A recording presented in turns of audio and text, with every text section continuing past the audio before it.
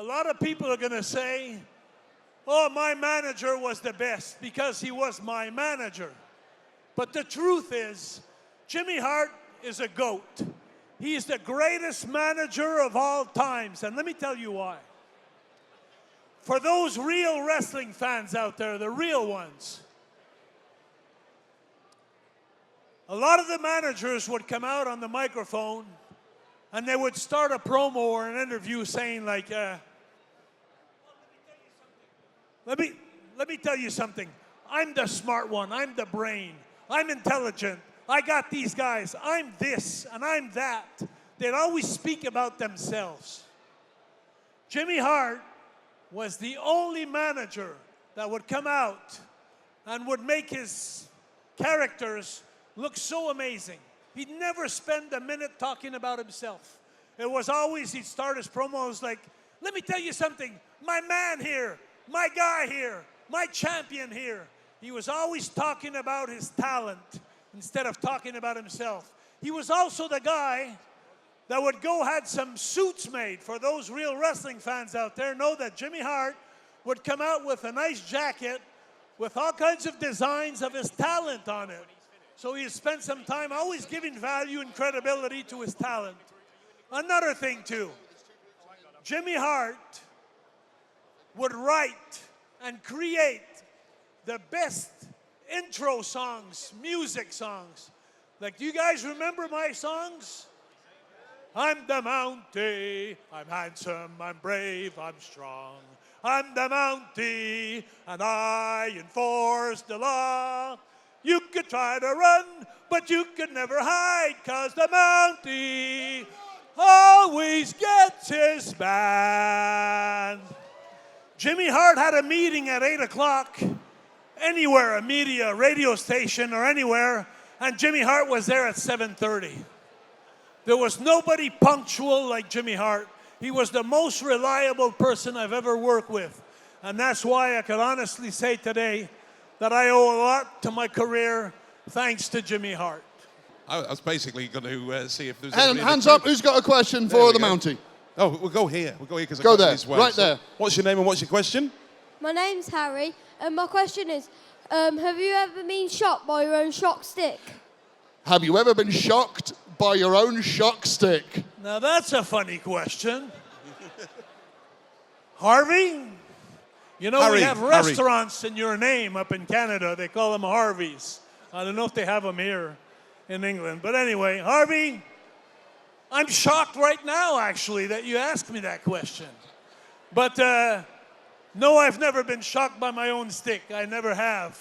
But I know that my first wife wanted to use it on me a couple of times. But no, I haven't. Have a good day today, my friend. Thank you for your question, Harry. See, speaking of the shock stick, there was one person who seemed to have a plan for your shock stick, a gentleman who wore a shock-proof vest called Rowdy Roddy Piper. And I hate to open the wound, but that was the day that he took the Intercontinental Championship from you. Stop it, stop it, stop it. Jesus Christ, I'm here, not Piper. He's probably in a dress somewhere. Or a skirt. You believe a man that wears a skirt? Jesus. Let me you know, I got to tell you a story about Piper. You guys know Rowdy Piper? You guys know Bret the Hitman Hart? Yeah. He's the one I beat for my Intercontinental title, just in case you didn't know. He's also the guy, Bret the Hitman Hart, that I also beat tag team with the Anvil Neidhart at the Hart Foundation, and we won the tag team championship. Bret Hart, I'm his dark side. I really am. Well, let me tell you something about Piper. A lot of guys don't know this story, so I'll tell you real quick. Do I got a minute to tell a little story? When Bret the Hitman Hart did not want to fight Piper for the title, Vince McMahon asked me to be the middleman, the one to take the title and to give it back like 3 days later. I'm the shortest-lived Intercontinental champion of all times. Then yet, everybody that comes to see me, they have pictures with the Intercontinental title. Isn't that amazing? 3 days. But long story short, is when I had the championship, Rowdy Piper, that shock vest that he had, do you guys remember that shock vest he had? No, you could look like a bunch of zombies. I guess not, huh? Well, if you go check it out, just to let you guys know, it was my idea. It was my idea. Because nobody gets up from that shock stick. Nobody. And if you guys want to try it later, come and see me. I could dress up you. I could make your hair stand up on your head a little bit if you want. This young lady in the front row got quite excited about getting a shock stick, so... Yeah, you need a little shock, eh? I know, that man beside you, you must need a little shock once in a while. Well, so, Che, where are you, my friend? Yeah, Have you got a question for the we'll get one of the Mounties? Mounties. Hey, why don't you ask those Mounties? They There have we a go. question for me. I'll go and would get my make mum. sense. There we go. Is it all in My unison? Or? My brothers. Thank you. Yeah, so, sorry, a little bit in awe of the greatest Intercontinental champion of all time here, but... No, they didn't hear that. You're not talking loud enough. Sorry, I just said I'm with the greatest Intercontinental champion of all time. Thank you. But your promo at the Royal Rumble 92, where you run Piper down, has always been one of the most amazing promos that I've seen anyone do to build a match that came out of, as you say, like nowhere. It was 2 days you just won the title.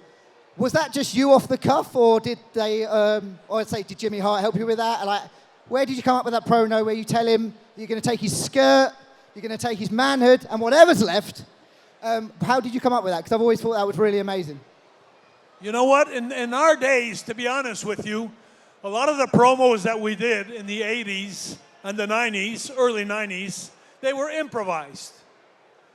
And it's funny because I met Bret Hart about 15 years ago at one point, and he told me, he said, Jacques, he says, you should see how it is today. It's not like in our days when we'd come up beside Mean Gene Okerlund. You guys remember Mean Gene Okerlund?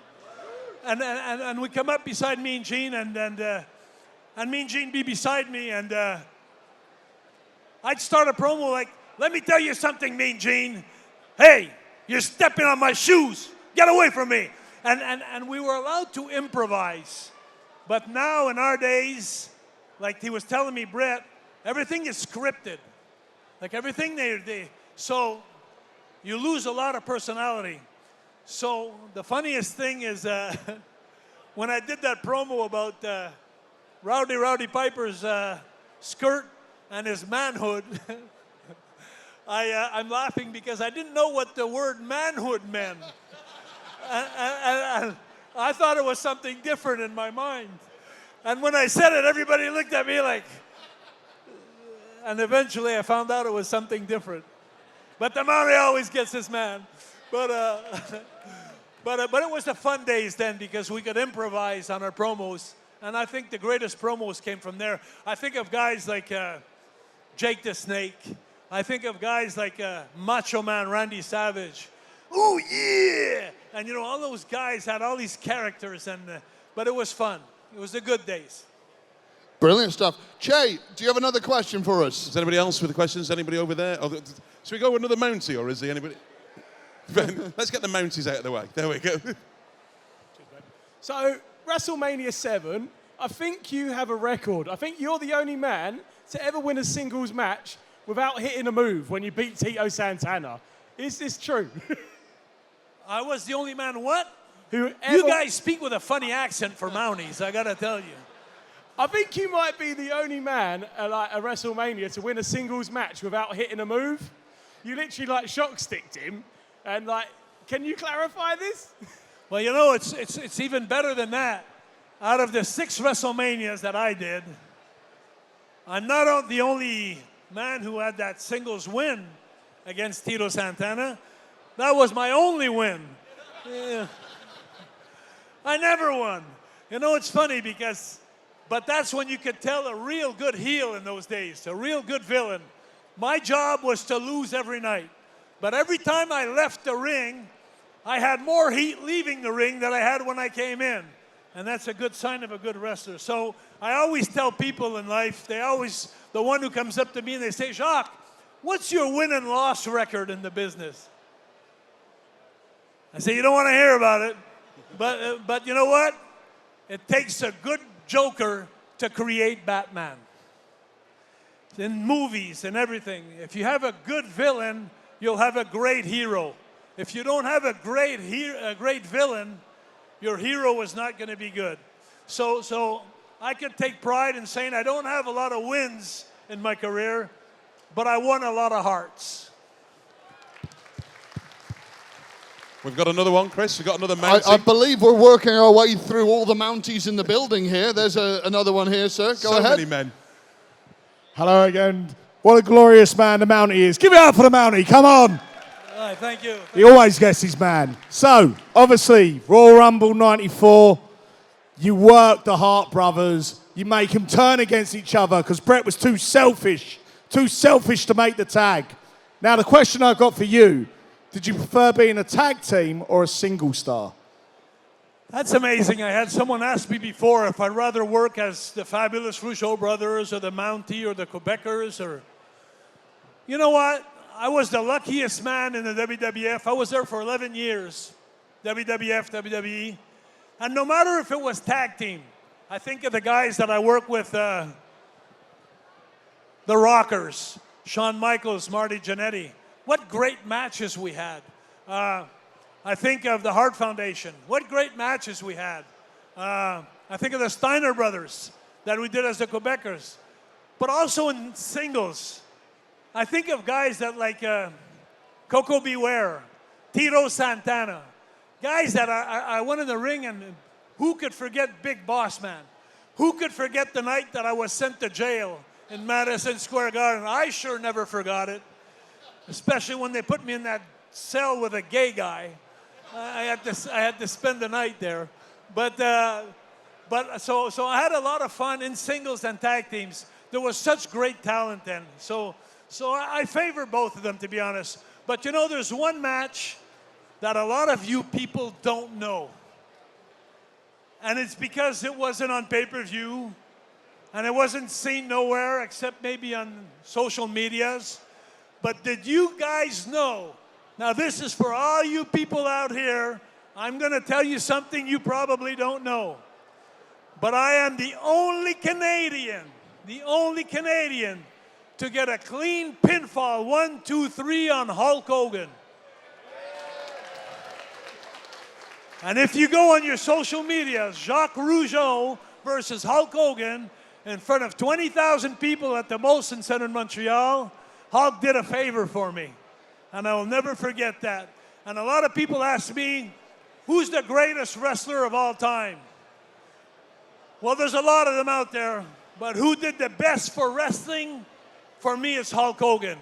Hulk Hogan is the one, the pioneer, who brought WrestleMania 3 against Andre the Giant to the level that wrestling became so big after that.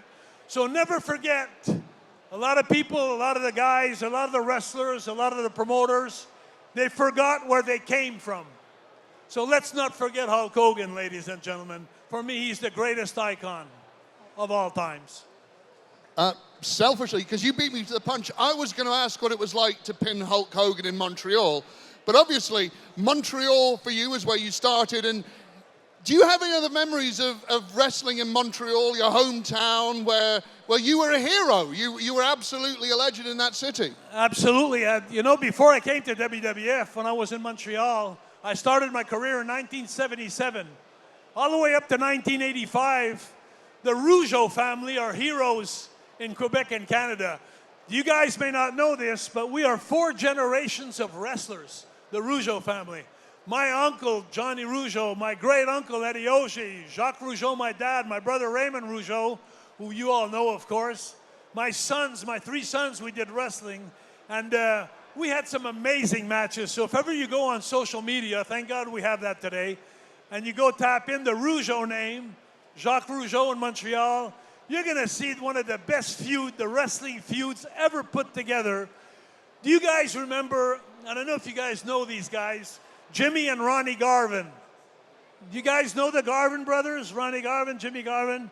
If you go on social medias, go check that out. I'm telling you, it's worthwhile. the Rougeau brothers against the Garvin brothers. 21,000 people.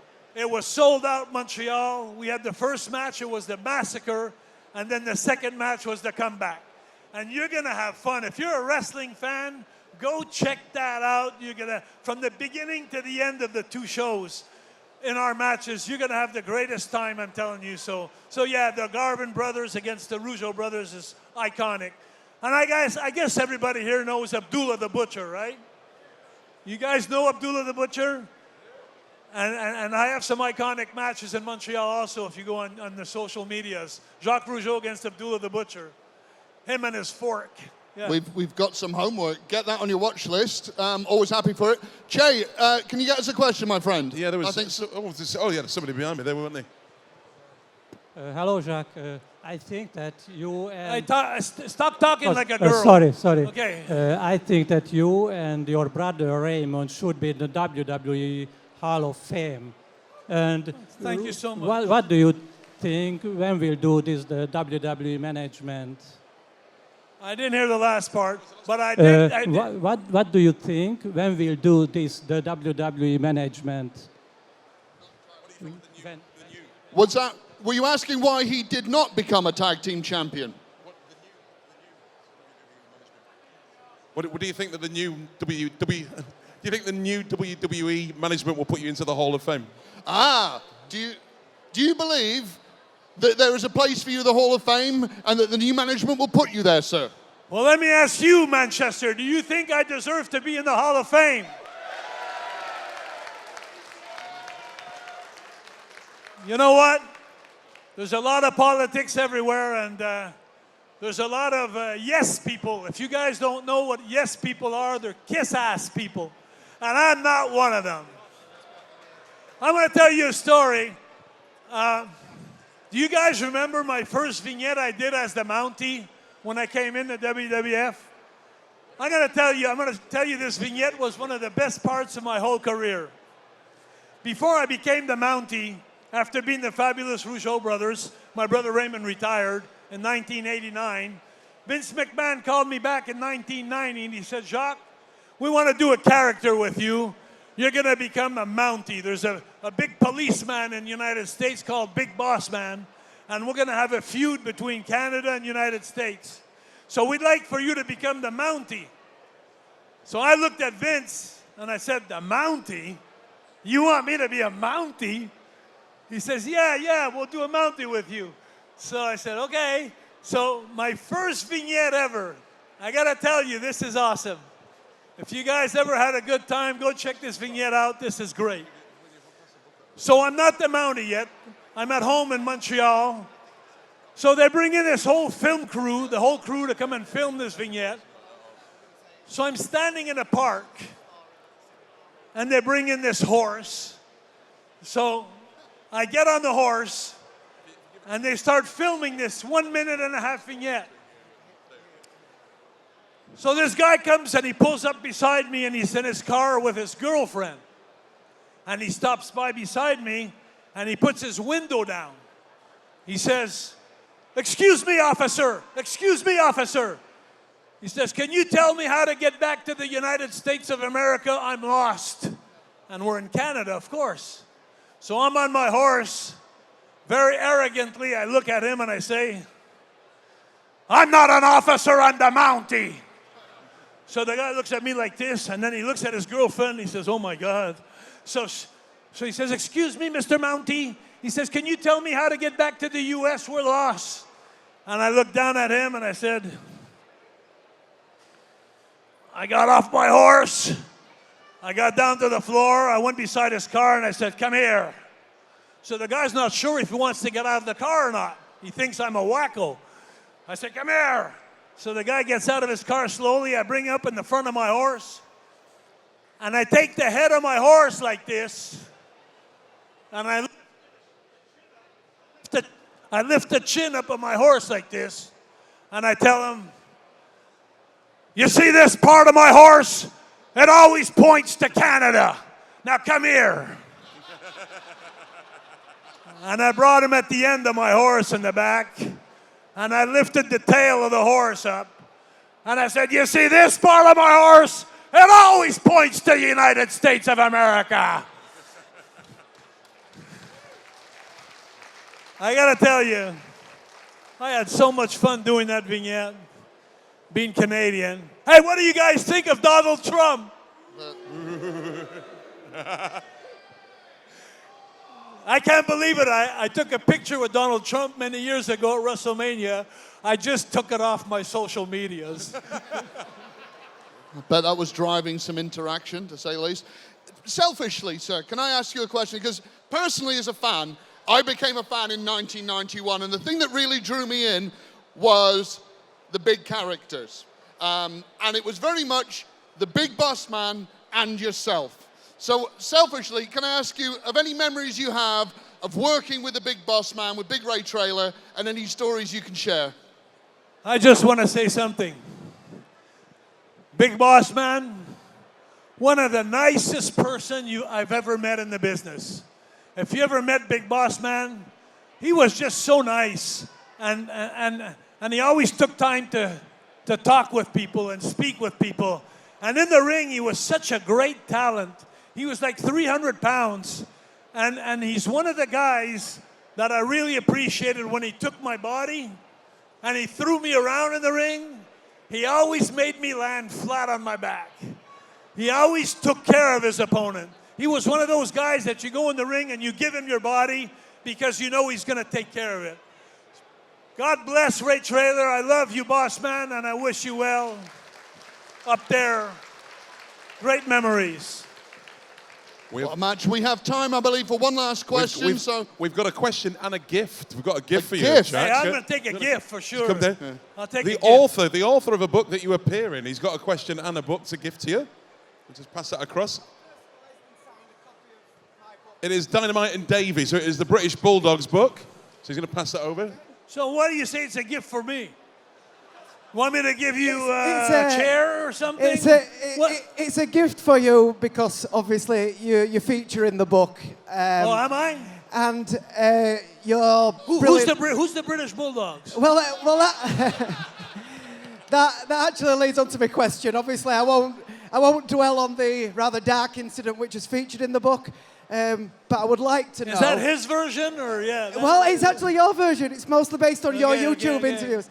I would like to know, how did you get along with Davey in those early 90 years? You know, I'm glad you brought... I'm going to stop you right there because I have too many answers. So thanks for the book. I'm not going to read it.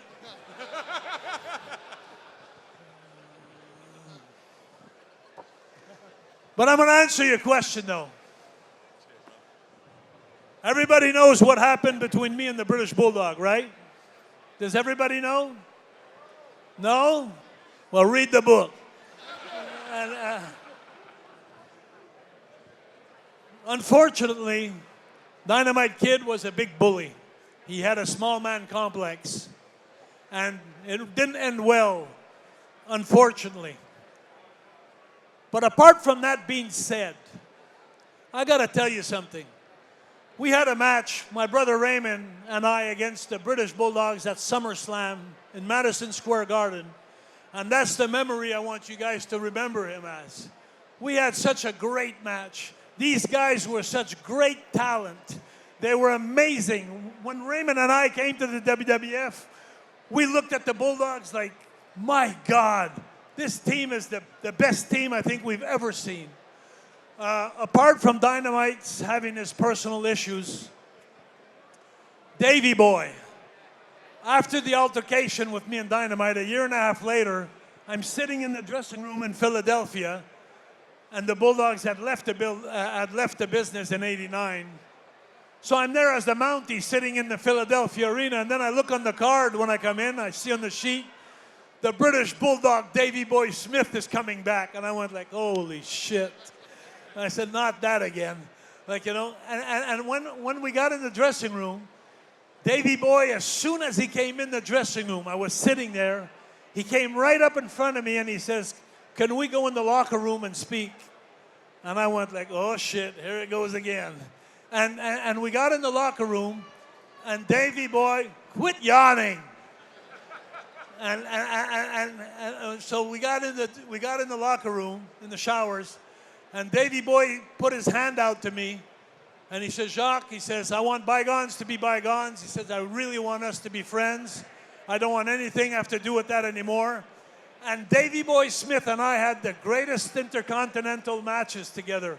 It was Davey Boy, I loved him to death, and we buried the hatch. And just about a month ago, imagine, just a month ago, I'm in Hulk Hogan's karaoke in Clearwater, Florida, and I went to sing there because a lot of you people don't know, but I went to sing on The Masked Singer.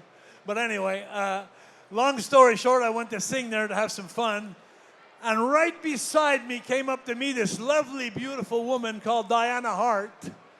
And she came to see me and she says, how you doing, Jacques?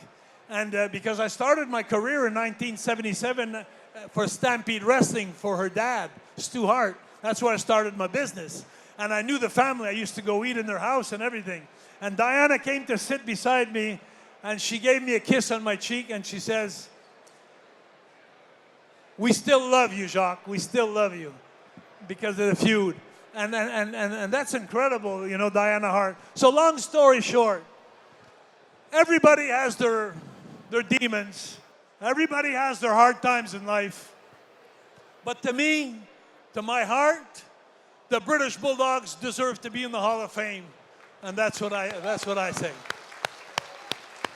Absolutely magnificent. Thank you for sharing those memories with us, my friend. Thank you, Phil. Everyone, for the love of wrestling, give it up for 4 people have come to pay homage to you, and there's many more out there. One of the greatest, if not, I should say, the greatest Intercontinental champion of all time, the hero of Montreal. Thank you. Please give it up for Jacques Rougeau, the Mountie. Thank you. Thank you. Thank you guys coming from Canada. Thank you very much.